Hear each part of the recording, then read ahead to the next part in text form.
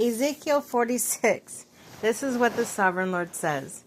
The gate of the inner court facing east is to be shut on 6 working days, but on the Sabbath day and on the day of the new moon it is to be opened.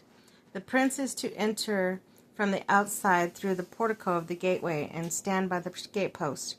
The priests are to sacrifice his burnt offerings and his fellowship offerings. He is to bow down and worship at the threshold of the gateway and then go out. But the gate will not be shut until evening.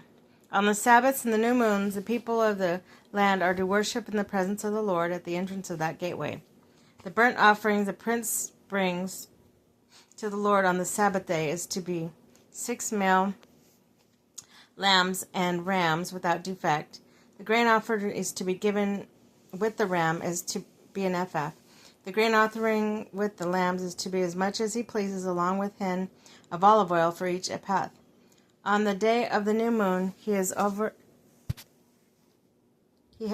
offer a young bull, 6 lambs, a ram without defect. He is to provide a grain offering, 1 ephah with the bull, 1 ephah with the ram, and with the lambs as much as he wants to give, along with a hin of oil for each ephah. When the prince enters, he is to go through the portico of the gateway, and he is to come out along the same way. When the people of the land come before the Lord at the appointed festivals, whoever enters by the north gate to worship is to go out the south gate. Whoever enters the south gate is to go out the north gate. No one is to return through the gate by which they enter, but each is to go out the opposite gate. The prince is to be among them, and when they go in and go out, when they go out. All the feasts of the appointed festivals, the grain offering is to be an ephah with a bull, an ephah with a ram, with the lambs as much as he pleases, along with the hin of oil for each ephah. When the prince provides a free will offering to the Lord, whether burnt offering or fellowship offering, the gate faces east to be opened for him. He shall offer his burnt offering or his fellowship offerings as he does on the Sabbath day. And then he shall go out, and after he has gone out, the gate will be shut. Every day you are to provide a year-old lamb without defect for the burnt offering to the Lord. Morning by morning you shall provide it. You are also to provide with the morning by morning a grain offering consisting of a sixth of an ephah, with a third of a hin in oil to moisten the flour. The presenting of this grain offering to the Lord is lasting ordinance. So the lamb and grain offering and the oil shall be provided morning by morning for a regular burnt offering. This is what the Sovereign Lord says.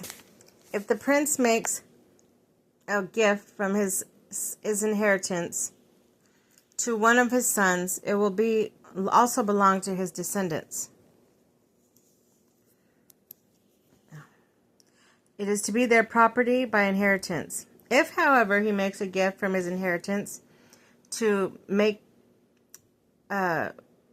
one of his servants, and his servants may keep it until the year of the freedom, then it will revert to the prince. Inheritance belongs to his sons only; it is theirs. The prince must not take any of inheritance of the people, driving them off of their property. He is to give his sons their inheritance out of his own property, so that none of my people will be separated from their property. Then the man brought through the entrance at the side of the gate to the sacred room facing north, which belonged to the priests, and showed me a place at the western end. He said to me, "This is a place where the priests are to cook the guilt offerings and the sin offerings, and bake the grain offerings, to avoid bringing them into the outer court and consecrating the people." He then brought me to the outer court and led me around to the 4 corners, and I saw each corner another court.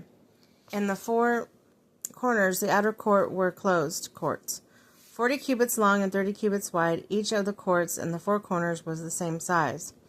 Around the inside of each of the 4 courts was ledge of stone, with a place for fire built all around under the ledge.